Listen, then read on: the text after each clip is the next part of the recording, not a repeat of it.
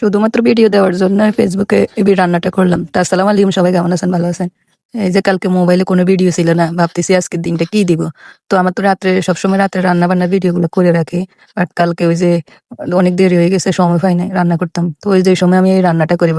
তো ওই সময় প্রায় রাত্রে 1টা বাজে। তো ওই রান্নাটা করলাম আর কি। তো ভাবতেছি কি রান্না করবো কি রান্না করবো, এরপরে রান্না করার মতো কিছুই ছিল না। এরপরে দিন এলাম শুটকি মাছ, শুটকি নুনতা ইলিশ আর কি।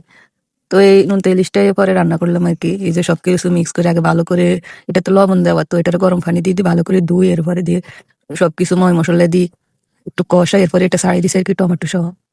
এই যে এটা পুরা গলি গেছে গা, এই আর কি।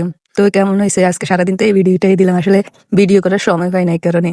তো যে ধৈর্য ধরে আমার পুরো ভিডিওটা দেখছেন তাকে অনেক অনেক থ্যাঙ্কস। এই যে পরে একটু চা বানাইলাম, চা খাইলাম আর কি। যেমন মিনি কিচেন কেমন হয়েছে তো বলবেন। আমার ছোট বেবি আছে, তো এই যে কিচেনটা একটু গোছাই গাছে লইলে ও আবার পরে এসে সবকিছু এলোমেলো করে ফেলে, এই কারণে ঝামেলা। এই যে ভিডিওটা করার সময় সবকিছু আগে প্রায় 1-1.5 ঘন্টার মতো সময় লাগছে এগুলারে গোছাইতে, ঠিক আছে? সবকিছু এলোমেলো হয়েছিল, তো এগুলারে গোছাই এরপরে দিয়ে আবার রান্না বান্না সবকিছু জোগাড় করলাম, করে পরে ভিডিওটা করলাম আর কি। তো এরকমই ভিডিওটা করা লাগবে, ভিডিও না করলে তো আর ফেসবুকে চলে না। প্রতিদিন তো একটা করে অন্তত আপলোড দেওয়া লাগে, তো কষ্ট হলে করা লাগবে। তো এত কষ্ট করে ভিডিও করি, আপনারা ভালো একটু লাইক দিবেন, কষ্ট করে খুশি থাকবো, এরপর কৃতজ্ঞ থাকবো। ধন্যবাদ, ভালো থাকবেন, আল্লাহ হাফেজ, আসসালামু আলাইকুম।